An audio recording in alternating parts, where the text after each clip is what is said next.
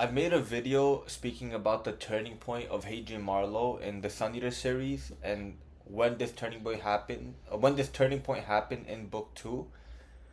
And now I just want to talk about the breaking point of Hadrian Marlowe. I've been reading Kingdoms of Death and it's been phenomenal. It's been crazy. It's been gut-wrenching, brutal, violent, and it's like non-stop. I'm so excited to read the next book. Every book just keeps getting better and better. But I just want to talk about something here that I keep thinking about it. And when I mean the breaking point of Hadrian Marlowe, right? So there was a turning point, which is like in his mind what he thinks of the Sealson, if he can make peace talks with them, and it doesn't work out, and he realizes like you cannot change the nature of the species.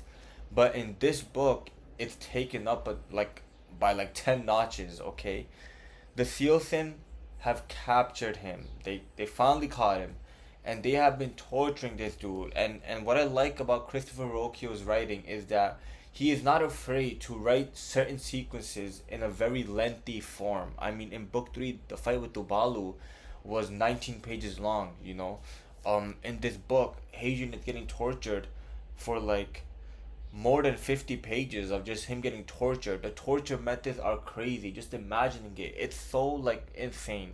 And I want to say that this is the breaking point because this is the first time, right?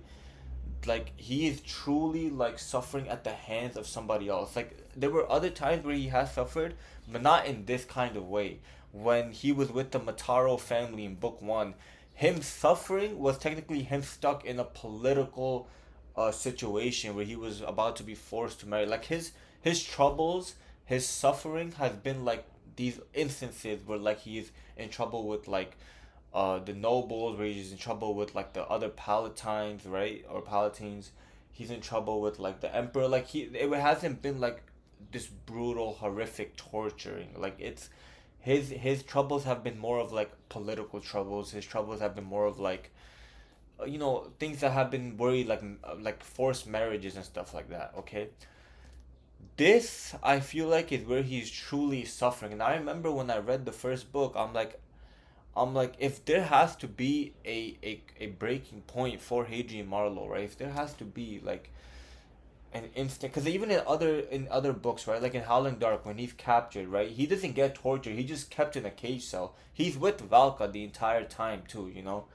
So after, especially after reading book 2, I'm like, there has to be a moment where he is just straight up like suffers. I think I saw it coming from like a mile away. I'm like, yo, there's gonna be somewhere in the story, I don't know which book it's gonna be, where he is just gonna have a breaking point. And this book does that. Oh my god, it's the stuff he is going through. He's seeing the Sealson eat little kids. He is seeing the Sealson eat his crew members. The Sealson have bit off 2 of his fingers. The Sealson have him hanging by one arm against the wall. And he has to lift himself up with his left arm, but when he does, his back gets scraped against the wall. And it's the back where he got whipped. So in relieving the pain on his right arm, he's just increasing the pain on his back. It's insane.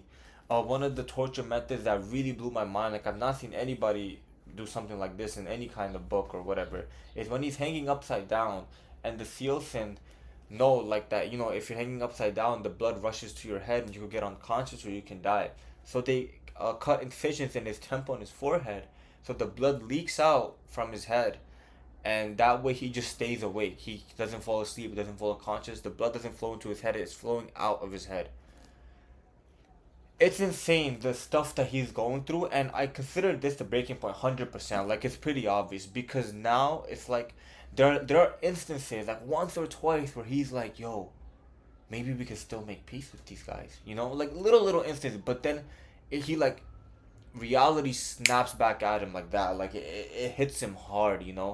Like there was one part where he's like, he finds out that the Sealson might actually love each other like romantically, and then he's like, that's like also a human feeling, and maybe, just maybe, the humans can somehow like bond, like make peace with. And then the next sentence he's like, that was not happening.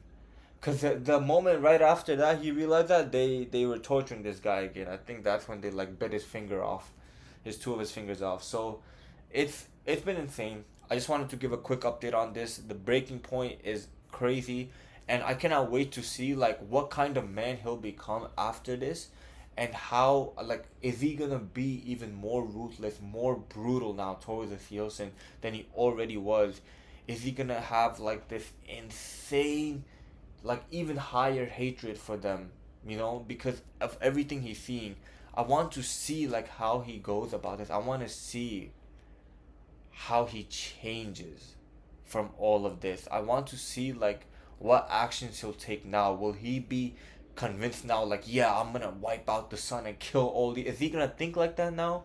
Is he gonna be like, yeah, this is the only way that we're gonna do this, like, because the way they're torturing this dude, it's crazy. It's like a good portion of this book is just him getting tortured. Literally, like Kingdoms of Death is literally about Hadrian Marlowe getting tortured. So I'm very excited to see like where this goes and how this will play out, especially at the end. Like I'm still thinking like, so right now where I'm up to, they're on Aktemu, the city of the Sealsin. They're in that city, and I just want to see like how is he gonna get out of this? How is he gonna escape? And when he does, what's gonna happen at the end of this book? I'm so excited to see how is this going to play out. So I'm super excited to like read all this and just see what happens. I've been like hooked. I'm almost done with this book in like literally a couple of days. And yeah, I just wanted to talk about this real quick. Wanted to talk about the breaking point of Hadrian Marlowe and how this might change things up again. Like I know there was a turning point, but now he's the one who's getting tortured, who's become a slave to them, who's suffering because of them. So I want to see like how this plays out, cause it was a long time coming. I'm not gonna lie, it was a long, like I saw it coming from a mile away. I'm like, yo, this dude, there's got to be something going on now. There has to be an instance where there's gonna be a breaking point for him, and he needs to like suffer. Like as much as I hate to say it, he needed to suffer. Like he suffered enough, like in book one when he was a beggar and all that stuff, But like that was a different kind. Like in a way, when he escaped from his father and stuff, he ended up being a beggar and all that stuff. That is suffering. That is suffering. Don't get me wrong, but I needed him to. I needed to see him. I needed to see this character suffering in a different way, and that was from the Sealson. I needed to see him suffer in the hands of the Sealson. I needed to see the Sealson break this man, and they have broken him. Like he is a broken man now. He is like he's contemplated like killing himself at certain points. He's thought of all these things, but he's still moving on. So he's broken, but he's such a like strong written character that even that is not enough to like he even says it like in some of the chapters. He's like, I'm not gonna kill myself. I'm gonna die a man. I'm gonna die with my chin up. You know what I mean? Like so, it's really good writing, really good story. I'm super excited to see what happens next. I'm really excited to see how he's gonna escape. What his perspective is gonna be like after that. How his thinking is gonna be like after that. Very excited to see how this book ends. I just wanted to talk about that real quick. Thank you guys for watching the video, and I'll see you guys on the next one.